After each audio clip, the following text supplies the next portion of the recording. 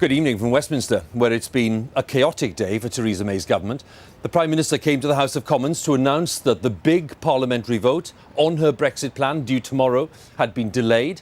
She acknowledged that there was no majority among MPs for the withdrawal agreement and said that she would consult fellow EU leaders in the coming days.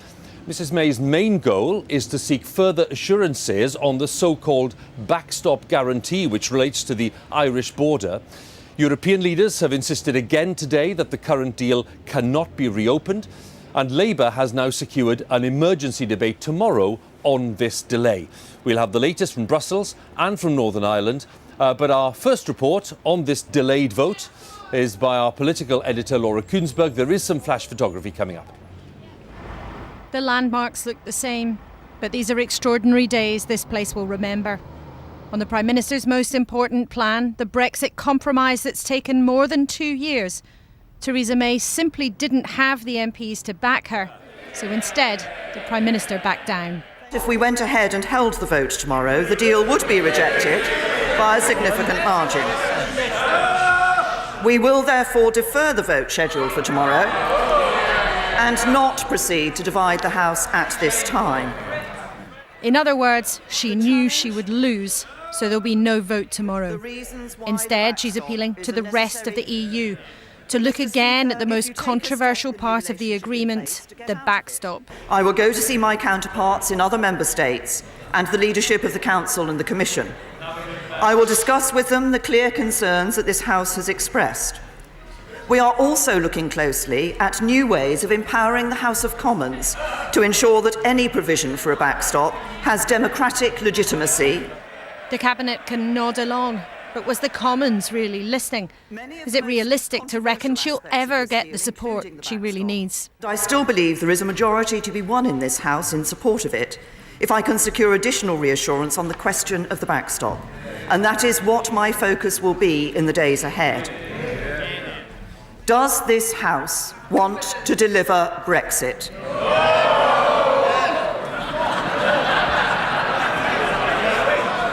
That's the sound of the divide in here. Dozens of MPs wish none of this was happening. Dozens on the other side wish we'd left already. If the House does it want to do so through reaching an agreement with the EU? If the answer is yes, and I believe that is the answer of the majority of this House, then we all have to ask ourselves whether we're prepared to make a compromise. I am determined to do all I can to secure the reassurances this House requires, to get this deal over the line and deliver for the British people, and I commend this statement to the House. But the government's efforts to compromise have led them to a crisis. The government has lost control of events and is in complete disarray. It's been evident for weeks that the Prime Minister's deal did not have the confidence of this House. Yet she ploughed on regardless, reiterating, this is the only deal available. This is a bad deal for Britain, a bad deal for our economy, and a bad deal for our democracy. Our country deserves better than this.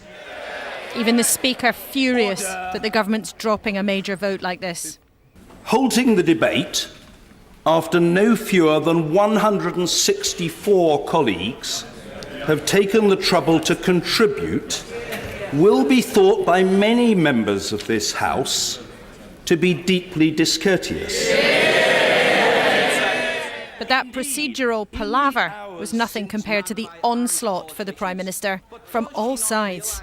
Every time she comes back here with her tail between her legs, she humiliates the British people. I put it to her that she's lost the trust and credibility of the House, lost the trust and credibility of the country, and most importantly, she's lost the trust and credibility of the European Union. Does she not realise how chaotic and ridiculous this makes our country look? The Prime Minister has been forced to pull tomorrow's vote in a stunning display of pathetic cowardice. We have found an impasse in this House. It's time now to take this back to the people and have a people's vote. What she's done today, F-R-I-T, she's fricked. Far from being fricked, I think this Prime Minister has great courage in coming back. Tonight, MPs were so frustrated they weren't having a vote. There was a rare grab for the mace. Watch as a Labour MP does just about the most rebellious thing they can do to disrupt proceedings. This afternoon, all the more agonising for the Prime Minister, because this morning, Cabinet Ministers were making the case for cracking on. Is the vote definitely 100% going to happen? Yes. Tomorrow? The Prime Minister's been clear the vote's going ahead, and I believe it should. Should it go ahead? I certainly hope so. The Prime Minister's confirmed that. Leaving ministers obviously angry, stuck for explanation. It's all moving so quickly. It is all moving so quickly. So as far as we understand it, the vote is being delayed. What do you make of that decision? I can see the logic of it. Obviously, we will all need to work out what that then leads to. But, I keep on saying to my colleagues, and I don't think I can say it enough, beware of stepping into an abyss of chaos. It's the Prime Minister that's pushing things into chaos, though. She's the one who's delayed the vote after saying again and again it was going to happen. Even this morning, Cabinet Ministers were saying it was going ahead. Every single time she's tried to negotiate something, the ERG, the Conservative group in Parliament, have boxed her in this way, boxed her in that way, told her to flex her muscles and narrowed down her negotiating options. So they are the ones, I think, who have laid the ground for the wrecking we're now seeing.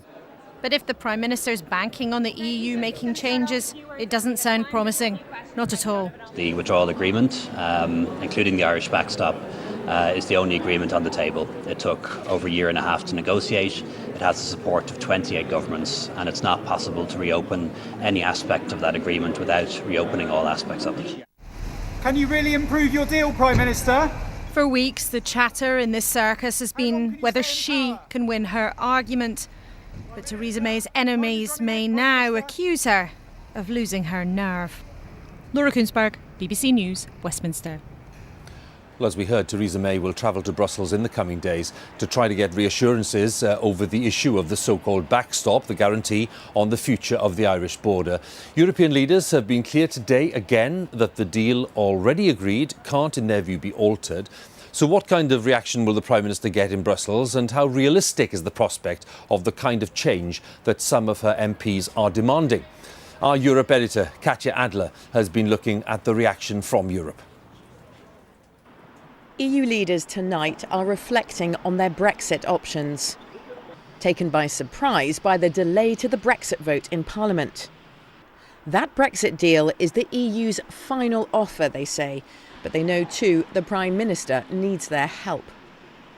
Tonight, Donald Tusk, the European Council President, announced a special Brexit summit of EU leaders this Thursday. To negotiate? No, he says, to facilitate the ratification of the deal in the UK. The decision to delay the Brexit vote in Parliament, while dramatic in the UK, actually changes very little here in the EU. Of course, EU leaders want that vote to pass. They want to avoid a no-deal Brexit. So they're open now to hearing from the Prime Minister what she needs from them, up to a point. Reassurances on the backstop, that they can provide. Renegotiation, absolutely not, is the view here tonight. The EU is well aware the main sticking point in the Brexit deal is the Irish border guarantee known as the backstop, something the EU shows no sign of backing away from. The deal is the deal. It's taken 2 years to put together. It's a fair deal for both sides.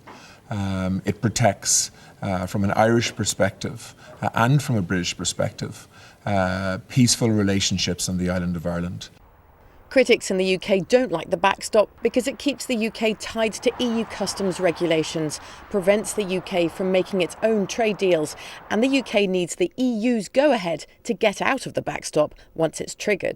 There will be, I think, a receptive audience for suggestions that certain aspects might need to be clarified or explained better. Clarified but not changed? I understand that to be the position, yes. People want this done now. It is a distraction at a time when there are many other burning issues in European politics. Frustration is growing in some parts of the EU. Take a look at this exasperated tweet today from the European Parliament's Brexit negotiator. "I can't follow anymore," he writes. "This delay aggravates uncertainty for people and businesses. It's time they made up their mind." The EU believes a decent deal is on the table and the ball is in the UK's court. That's why it's not significantly changing position. But the threat of a no-deal Brexit that neither the Prime Minister nor the EU want looms ever larger both sides of the Channel. In a separate development today, the European Court of Justice has ruled that the UK can unilaterally cancel Brexit if Parliament and the government so want it. The case had been brought to the ECJ by a group of anti-Brexit UK parliamentarians. But in EU circles, it hasn't made many waves. Yes, the EU would rather the UK stayed in their club, but they believe that we are on our way out. EU leaders now need to decide what they can give the Prime Minister without compromising their red lines. Hugh. Well, during the day, the pound's value fell after the Prime Minister confirmed that she would be deferring the vote. At one point, sterling was down almost 2 cents against the dollar, its lowest level since April of 2017. And the steep fall, of course, reflecting the growing uncertainty about the terms of Brexit. Let's look back at the day with our political editor, Laura Kuenssberg. Laura, I think it's fair to say the Prime Minister has had a share of setbacks in this long process. Where does today stand? This is certainly one of the most difficult days, no question about that. But, you know, even in these bizarre, strange political times, some of the traditional rules still hold. That rule being, don't hold a vote if you're certain you're going to lose it. Don't ask a question if you don't know what the answer is going to be. And Theresa May was staring something very grim in the face, an almost certain defeat, probably of quite a significant proportion. And rather than risk that tomorrow night with all the potential consequences that could even have ended up forcing her from office, she made the decision to delay, to defer, but not necessarily the decision to go for something dramatically different. Yes, she told MPs she'll be looking for reassurances on that most controversial of issues, the backstop, the guarantee of no hard border in Ireland. But there's no sense from Theresa May that she's going off to see her counterparts in Europe, in Holland and then in Germany tomorrow. We expect maybe in Brussels too in the next 24 hours. There's no sense from her that she's looking for something radically different. The reason for that's clear. She's been at this for more than 2 years. She doesn't think that it's time or the moment to look for something different. But if she isn't on course to get something very different, it's hard to see how she's really going to get different numbers in the House of Commons. We'll look at some of the options a bit later in the programme. Laura, thanks for now. Laura Kuenssberg there for us. Well, in that statement today, the Prime Minister repeated her insistence that her focus was delivering on the result of the 2016 EU referendum. And she warned that the integrity of the political process was, in her view, at stake. A BBC poll conducted by YouGov of more than 1,700 people suggests that more than 3/4 believe that British politicians are handling Brexit badly. Only 4% of voters think that they have responded well since the referendum of 2016.